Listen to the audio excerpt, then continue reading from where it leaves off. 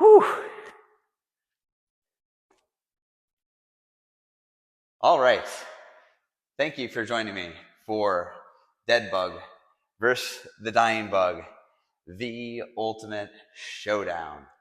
All right, we're having a little bit of fun here. So one of the things is that oftentimes I find that there's some confusion about the difference between the dead bug or the dying bug, or when we move the arms, when we move the legs. So that's part of the joke here. Now I've caught you up to speed. So what we're looking at today is we're unpacking the dying bug, which is what I demonstrated there just to start, which, if we're keeping that midline stable, is a lot of work.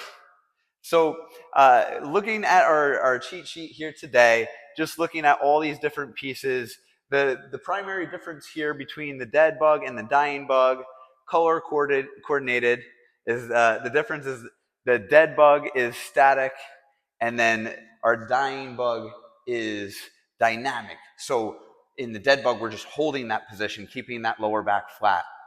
In the dying bug, we're actually integrating some movement for the extremity. My arms and my legs are moving. I have a nice coordination piece as well alongside that, which is super cool. I mean, that sometimes jumbles us up as we're trying to coordinate the opposite, the leg and the opposite hand, that contralateral movement there.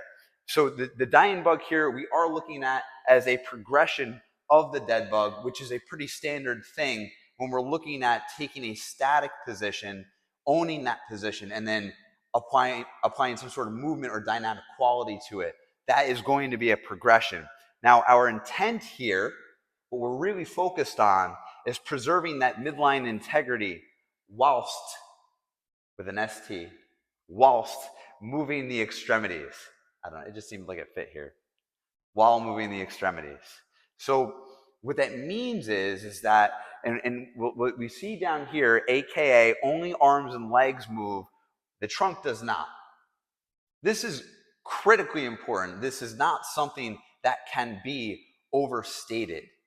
I am looking to maintain my midline tension. I'm looking to maintain that my trunk does not move while my arms and my legs are moving. So I have to control, I have to maintain tension, I have to control my abdominal structures, my midline structures while I'm moving my arms and my legs. If my lower back is popping up off of the ground, no bueno, that's not a good thing here. That is a fault in the movement pattern. I need to make sure, and I'll demonstrate this again at the end, that I need to make sure that that lower back is staying flat and that I'm not moving around in the trunk at all. I'm making sure to keep that lower back flat and moving my arms and legs as far as I can.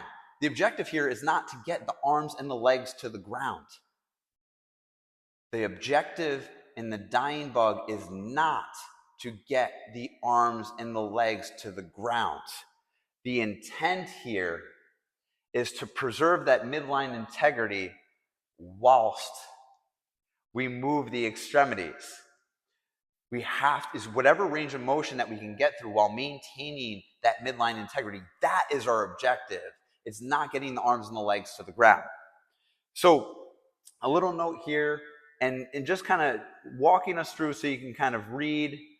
I know there are captions on this too because I put the captions on, but so you can read my wonderful handwriting, okay?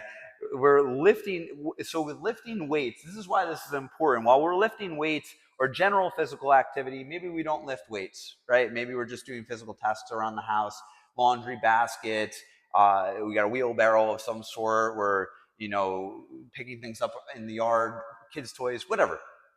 Whenever we're lifting weights or we have general physical activity, it requires a stable midline while moving the rest of our body in order to avoid injury. So very specifically what we're talking about here is possibly lower back injury. If I'm not preserving a stable midline, if I haven't created tension in my midline, if I haven't taught my body, if I haven't practiced the dying bug, I don't really have the ability to have that mind-body connection to maintain that stable midline while I go to pick up that laundry basket. So we'll demonstrate this one more time so we can take a closer look at this. So with our dying bug, we set up initially in that dead bug position, right? So I'm holding this position here. I've got my lower back actively pressed into the ground here. My lower back is flat. Then from here, I'm going to begin by kicking out my left leg. My right arm follows. I don't need to get to the ground because once I reach for that, now I've become hyperextended. You know, I might get a little bit of abdominal recruitment here, but nothing like if I'm holding that lower back flat and now I'm reaching out here. I'm going back and forth. This is a lot more challenging than if I just do this really quick, right? Going back and forth there.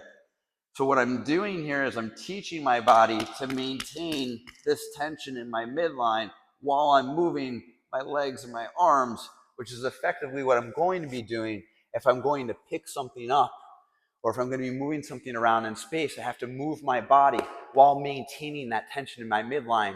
The dying bug is a wonderful exercise to be able to start with making that connection and knowing how to apply it in the real world. Okay, dead bug versus the dying bug. Very dramatic. Thanks so much for taking the time to watch this. I'll see you next time.